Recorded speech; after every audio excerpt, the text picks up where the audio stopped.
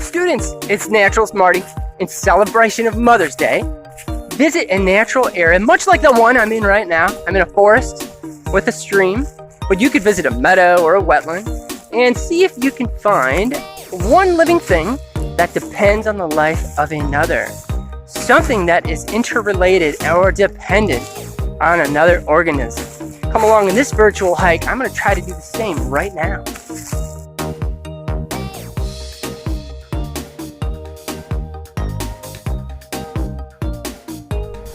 Woodland wildflowers like this yellow trout lily, this jack in the pulpit, and a soon-to-bloom mayapple thrive in forests, but depend on the fact that those deciduous trees like oaks and maples lose their leaves each year. That way, sun can make it through the canopy and hit the forest floor and give them energy.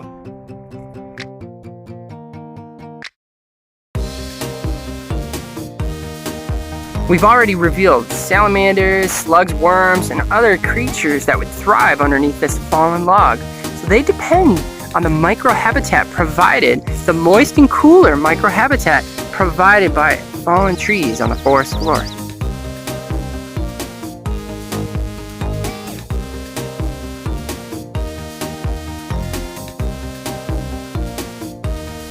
You know who else likes the slugs and worms underneath these fallen logs? This milksnake. The eastern milksnake, pretty common snake in Ohio, but it's fossorial. That means it's usually hiding under things and swirling around in the soil, so you rarely see it.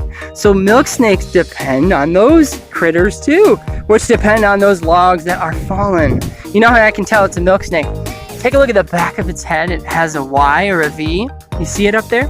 This snake rarely gets more than 2 or 3 feet long. It's nothing you need to worry about also. It is a constrictor, not a venomous snake. All right, we'll say goodbye to you. Trees rooted in the forest floor depend on soil. And that soil is created from logs like this and broken down into that soil. But what does that? If you guessed decomposers, you got it. And I had my mind on fungus. Fungi are the primary decomposers in ecological systems.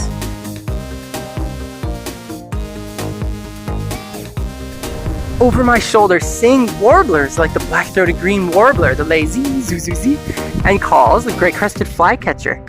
And they rely on these flowers, these flowering trees. But how?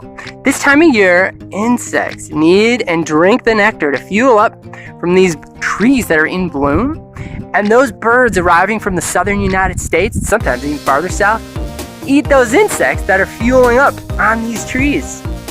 If you wrap your head around that for a second, it is amazing. These birds are leaving Florida, heading to Ohio. They don't know when our trees are going to be in bloom, but they arrive at just the right moment so that when the trees are in bloom and they're being foraged upon by insects, they have a nice snack to refuel after their migratory journey.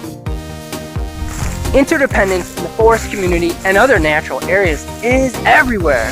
See if you can find some of your own and type them into the comments section below. Maybe there's something I didn't notice on this walk that I just took. Thanks for coming along.